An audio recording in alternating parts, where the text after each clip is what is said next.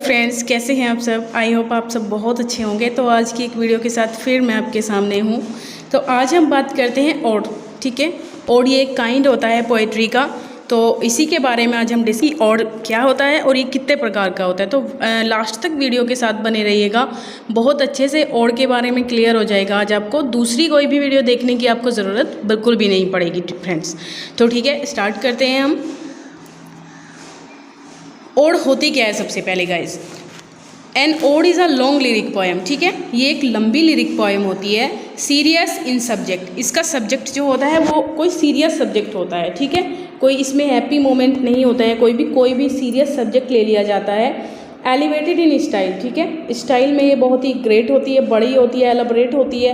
In its स्टेंजाइक structure, बड़े बड़े stanza होते हैं इसके अंदर। ठीक है, एलाबरेट का मतलब है कि बड़े बड़े स्टेंजाज इसके अंदर होते हैं। It is usually in the form of an address to the subject और द पर्सन अबाउट विच और होम इट इज़ रिटन। ठीक है, नॉर्मली ये क्या होती है, फॉर्म ऑफ एन एड्रेस।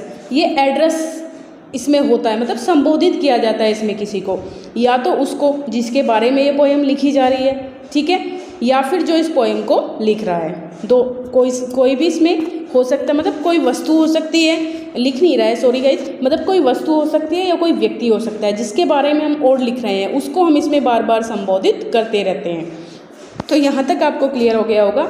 इसके बाद the ode is of Greek origin. ठीक है, अगर हम इसके ओरिजिन की बात करते हैं कि ये कहाँ से आई है, तो ये ग्रीक में पैदा हुई है। ये ओरिजिन हम इसका कह सकते हैं कि ग्रीक से ये सब जगह पे फैली है। सबसे पहले कहाँ आई, ग्रीक में आई।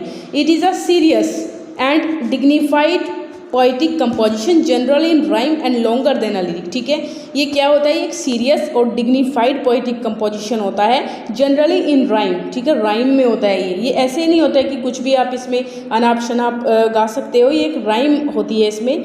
ठीक है, राइम का मतलब होता है जैसे कि कोई स्टार पे ख़त्म हुई है ना कोई लाइन, तो ऐसे ही नेक्स्ट जो उससे थर्ड जो लाइन ख़त्म होगी ना, वो ऐसे ही स्टार की तरह ही बोले जाने किसी वर्ड में वो ख़त्म होगी, है ना। Its main characteristics are these, इसकी कुछ कैरेक्टरिस्टिक्स हैं, विशेषताएं कुछ इसकी होती है जिनको हम आगे समझेंगे अच्छे से। तो इट इज़ सबसे पहले it is exalted in subject matter. Subject matter इसका काफ़ी ब्रॉड होता है and elevated in tone and style, और स्टाइल और टोन दोनों ही इसके काफ़ी एलाबरेट होते हैं। The poet tries to show his best and highest talent in it.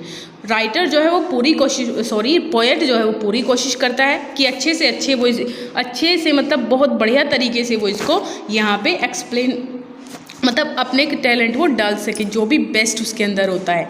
He is equally serious in the choice of his subject and it's treatment. Okay, he is equally serious, वो serious होता है subject को choice करने में भी, choose करने में भी, है ना, और सब्जेक्ट एंड इट्स ट्रीटमेंट, और फिर इसको यहाँ पे जो भी वो बनाता है इससे आगे, है ना, उसके लिए भी वो सीरियस रहता है। फॉर एग्जाम्पल जैसे कि वर्ड्सवर्थ की ode on intimations of immortality poem है, ये एक ओड है। She chooses a highly elevated metaphysical and mystical subject and writes it in equal elaborate and exalted style. ठीक है गाइज, तो यहाँ पर जो है वर्ड्सवर्थ ने बहुत अच्छे से सिलेक्शन किया है सब्जेक्ट मैटर का, बहुत अच्छे से मेटाफिजिकल और मिस्टिकल सब्जेक्ट यहाँ पे उन्होंने लिए हैं। Rights in it equal elaborate and exalted style. इसके बाद आता है it is longer than the lyric. Guys, ये लिरिक से बड़ी होती है। लिरिक छोटी सी पोएम होती है कोई भी, लेकिन ये लिरिक से काफ़ी बड़ी होती है। For the topic on an emotion the poet chooses to write an ode on his scope enough for development and elaboration. वही बात है यहाँ पे कि लिरिक से काफ़ी बड़ी होती है। ये पोएट यहाँ पे अच्छे तरीके से हर बात अपनी कहता है, ओपनली कहता है सारी बातें, जो भी उसको कहना होता है या एक्सप्लेन यहाँ पे करना होता है।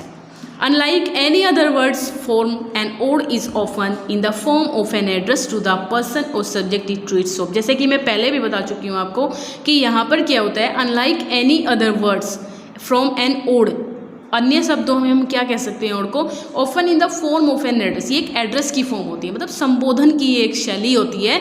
पर्सन और सब्जेक्ट, किसी वस्तु को या किसी व्यक्ति को। It treats of the old often begins with an apostrophe. ठीक है, अगर हम कहीं पे भी किसी को संबोधित करते हैं तो वहाँ पे अपोस्ट्रोफी का यूज़ होता है, तो इसमें भी गाइज अपोस्ट्रोफी का यूज़ बार बार होता रहता है जहाँ पर भी संबोधित किया जाता है। और अपील विच में भी repeated again in again course of its development. जैसे कि जैसे ये जो है आगे बढ़ती रहती है तो यहाँ पे बार बार उस संबोधन को बार बार रिपीट किया जाता है, मतलब कुछ भी बीच में कुछ भी आए लेकिन स्टेंजा के लास्ट में जो है वही लाइन आती है या स्टार्टिंग में आती है सेम संबोधन वाली। जैसे कि एग्जाम्पल के तौर पे हम कह सकते हैं किड्स की है ode on a Grecian urn starts with thou still unravished bride of quietness. ठीक है, तो ये लाइन बार बार रिपीट होती है guys, thou still unravished bride of quietness.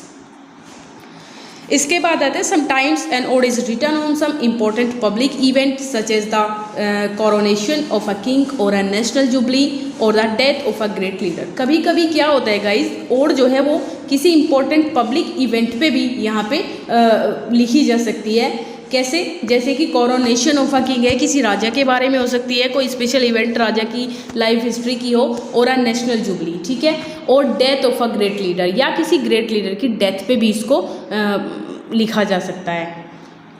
Marvels यहाँ पे इंपॉर्टेंट है, Marvell's upon Cromwell's return from Ireland. ठीक है, क्रोमवेल्स की डेथ पे इन्होंने ये लिखी है मार्वल्स ने। एंड टेनिसन्स की the death of the Duke of Wellington. ठीक है, डेथ की टेनिसन्स की ये ओड है the death of Duke of Wellington की डेथ पर इन्होंने ये पोयम लिखी है। तो are instances of the same, ये दोनों ही सेम है। इसके बाद है गाइस, पहला हमारा पिंडारिक ओड होता है। पिंडारिक ओड हम किसको कहेंगे?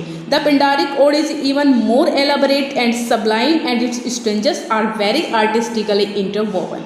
देखिए होता क्या है गाइस, इसके जो पिंडारिक ओड में क्या होता है, बहुत ज़्यादा ब्रॉड इसका एरिया होता है and sublime and it's strangers, जो इसके स्ट्रेंजर्स होते हैं ना इसमें, आर वेरी आर्टिस्टिकली इंटरवोवन। जो भी आर्टिस्ट मतलब इसमें होते हैं वो बहुत अच्छे से यहाँ पे अपनी आर्ट को दिखाते हैं, interwoven. The Pindaric odes were written on the model of the odes written by Pindar. Pindaric नाम क्यों पड़ा इसका, ये बात यहाँ पे मेन है। पिंडार के ऊपर इसका नाम पिंडारिक ओड पड़ा बिकॉज पिंडार ने जो है इसकी स्टार्टिंग की थी। कौन थे? ग्रेट ग्रीक पोएट थे पिंडार, तो इन्हीं के नाम पे इसको पिंडारिक ओड बोला जाने लगा। तो the Pindaric ode were choric and designed to be sung by a troupe of dancers in churches or public hall. देखिए गाइस, होता क्या है, जो पिंडारिक ओड होती है वो मतलब कैसे हम पहचानेंगे उसको, ये कोरिक होती है, मतलब यहाँ इसमें एक म्यूजिक होता है इसमें एंड डिज़ाइन, और इस तरीके से इसको डिज़ाइन किया जाता है जैसे कि ग्रुप है ना। कोरिक का मतलब है ग्रुप के साथ इसको यहाँ पे गाया जाता है और डांस किया जाता है। ट्रूप ऑफ डांसर, डांसर की एक यहाँ पे मंडली होती है, उसके द्वारा डांस किया जाता है इस पे, है ना। ये कहाँ इसको प्रेजेंट किया जाता है? कोई चर्च होता है या फिर पब्लिक हॉल्स होते हैं, वहाँ पे इनको प्ले किया जाता है। Its structure was borrowed from the moment of the dancers. ठीक है, इसकी स्ट्रक्चर जो है स्ट्रक्चर पिंडारिक ओड की किससे ली जाती है? जो डांसर्स होते हैं ना उनके मोमेंट्स पे ली जाती है कि कैसे कैसे मूवमेंट्स वो करते हैं, उसी हिसाब से इसको हम डिवाइड करते हैं 3 पार्ट में। ठीक है, पिंडारिक ओड को हम कितने पार्ट में डिवाइड करते हैं? 3 पार्ट में डिवाइड करते हैं। और ये पार्ट्स गाइज बहुत इंपॉर्टेंट है, इनको याद रखिएगा क्योंकि बार बार क्वेश्चन में आते हैं, ये क्वेश्चन पेपर में आते रहते हैं ये इनके बारे में कि क्या होती है पिंडारिक ओड के 3 पार्ट कौन से होते हैं, या स्ट्रोफी क्या है, या एंटी स्ट्रोफी क्या है, या ईपोड क्या है। ठीक है, कोई सा भी क्वेश्चन इनमें से पुट किया जा सकता है, तो ध्यान से इनको आप समझिएगा यहाँ पर। तो first part of the stranger known as the strophe, जो पहला पार्ट होता है ओड का वो क्या कहलाता है? स्ट्रोफी कहलाता है। और स्ट्रोफी है क्या? Was chorally sung by the dancers as they moved from the right to the left before the pulpit in a church और the dais in a hall. देखिए हॉल में जब डांसर्स डांस करते रहते हैं ना, तो वो लेफ़्ट टू राइट जो मूव करते हैं, राइट टू लेफ्ट है ना, राइट टू लेफ्ट जो वो मूव करते हैं और उसके साथ साथ वो गाते हैं, तो उसी चीज़ को यहाँ पे स्ट्रोफी बोला गया है। ठीक है, on their counter turn from the left, antistrophe किसको बोलेंगे? एंटी स्ट्रोफी जो सेकेंड पे स्टेंजा आ जाता है इसका। कैसे होता क्या है इसमें? ऑन देयर काउंटर टर्न, जो उनका काउंटर टर्न होता है, जैसे ही मुड़ते हैं लेफ़्ट टू राइट जाते हैं और वहाँ से राइट से फिर वो लेफ़्ट से वो राइट मुड़ते हैं। ठीक है, पहले तो राइट टू लेफ़्ट गए और फिर लेफ़्ट से वो राइट आए, है ना, और टर्न किया उन्होंने वहाँ से। Were seated the second part of the stanza, तो ये सेकेंड पार्ट में होता है स्टेंजा के, तो इसको हम एंटी स्ट्रोफी बोलते हैं। वही है भाई, अपोजिट हो जाता है, जैसे स्ट्रोफी राइट टू लेफ्ट जाएगा तो एंटी स्ट्रोफी लेफ्ट टू राइट आ जाएगा। समझ गए होंगे आप मेरी बात को। ओके, नेक्स्ट है हमारा finally the dancers stood in a circle before the public for the dais and sang the third part of stanzas which was known as the epode. Guys होता क्या है, फाइनल में क्या होता है, जो डांसर्स होते हैं ना वो स्टूड, वो एक जगह पे खड़े हो जाते हैं सर्कल बनाकर। क्या बनाकर गाइस?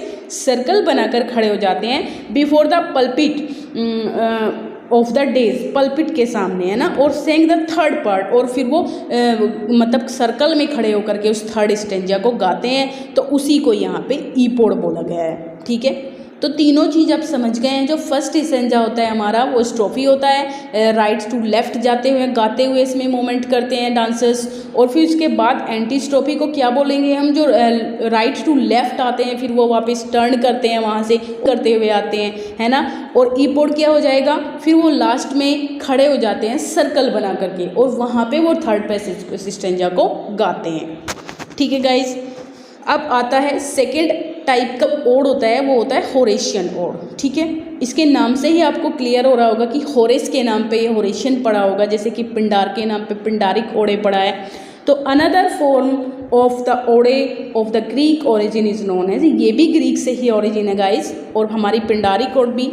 तो इसमें क्या है, known as the Horatian ode, Horatian ode इसको बोला जाता है। तो these odes are modelled on the odes written by the great Roman poet. ठीक है, ये रोमन पोएट थे गाइस, क्या थे ये, रोमन पोएट थे, होरेस, इन्हीं के नाम पे जो होरेशियन ओड का नाम पड़ गया। तो their Greek origin has been lost in obscurity, तो उनका जो ग्रीक इसका जो ग्रीक ओरिजिन था ना, वो मतलब एक तरीके से कुछ चीज़ें होती हैं ना, डेवलप होते होते वो अपनी पुरानी जो शैली होती है उसको वो लॉस्ट कर देती है, खो देती है ना। तो इसी प्रकार से क्या हुआ, जैसे ये डेवलप होती रही तो इसने जो थी अपनी पुरानी जो शैली थी, ग्रीक शैली थी, वो उसने बिल्कुल छोड़ दी यहाँ पे। तो और एक नए तरीके से बिल्कुल ये आ गई दूसरा रूप लेकर के, तो इसी को हम यहाँ पे होरेशियन ओड कह सकते हैं। तो देयर ग्रीक ओरिजिन, तो the Horatian odes are comparatively calm meditative, मतलब जो हमारा पिंडारिक ओडे होता है ना, इसकी अपोजिट ये थोड़ी सी काम होती हैं, शांत होती हैं, मेडिटेटिव होती हैं, एक तरीके से ध्यान देने वाली होती हैं, ध्यान मग्न हो जाता है इंसान इनको सुनते हुए, एंड रेस्टिंग, ओके, स्थिर होती हैं। तो they are generally written in a repeated stanza form, ये रिपीटेड स्टेंजा फॉर्म में रिपीट, मतलब कोई एक स्टेंजा होता है इनमें जो बार बार रिपीट होता रहता है गाइस। तो ये थे हमारा ओड। आई होप आप अच्छे से समझ गए होंगे ओड के बारे में, कोई भी मतलब कन्फ्यूजन नहीं रहा होगा। फ्रेंड्स, मैं बार बार कहती हूँ कि अगर आपको कोई भी क्वेरी है आपकी, तो आप मुझसे पूछ सकते हैं किसी भी क्वेश्चन पेपर के बारे में, या फिर आपको जो आप पढ़ना चाहते हैं किसी टॉपिक को, तो वो आप मुझे कमेंट बॉक्स में कमेंट कर सकते हैं। मुझे अच्छा लगेगा कि मैं आपके कहे अनुसार आपको यहाँ पे पढ़ा सकूँगी। ठीक है, मैं पूरी कोशिश करूँगी कि मैं अच्छे से आपको हर चीज़ क्लियर कर सकूँ। तो फ्रेंड, लेकिन उसके लिए आपको कमेंट करनी होगी, और कमेंट बॉक्स में मुझे बताना होगा कि आप क्या पढ़ना चाहते हैं टॉपिक। तो उसके लिए सब्सक्राइब कीजिए चैनल को, लाइक कीजिए वीडियो को, एंड शेयर कीजिए guys. I am very thankful to you.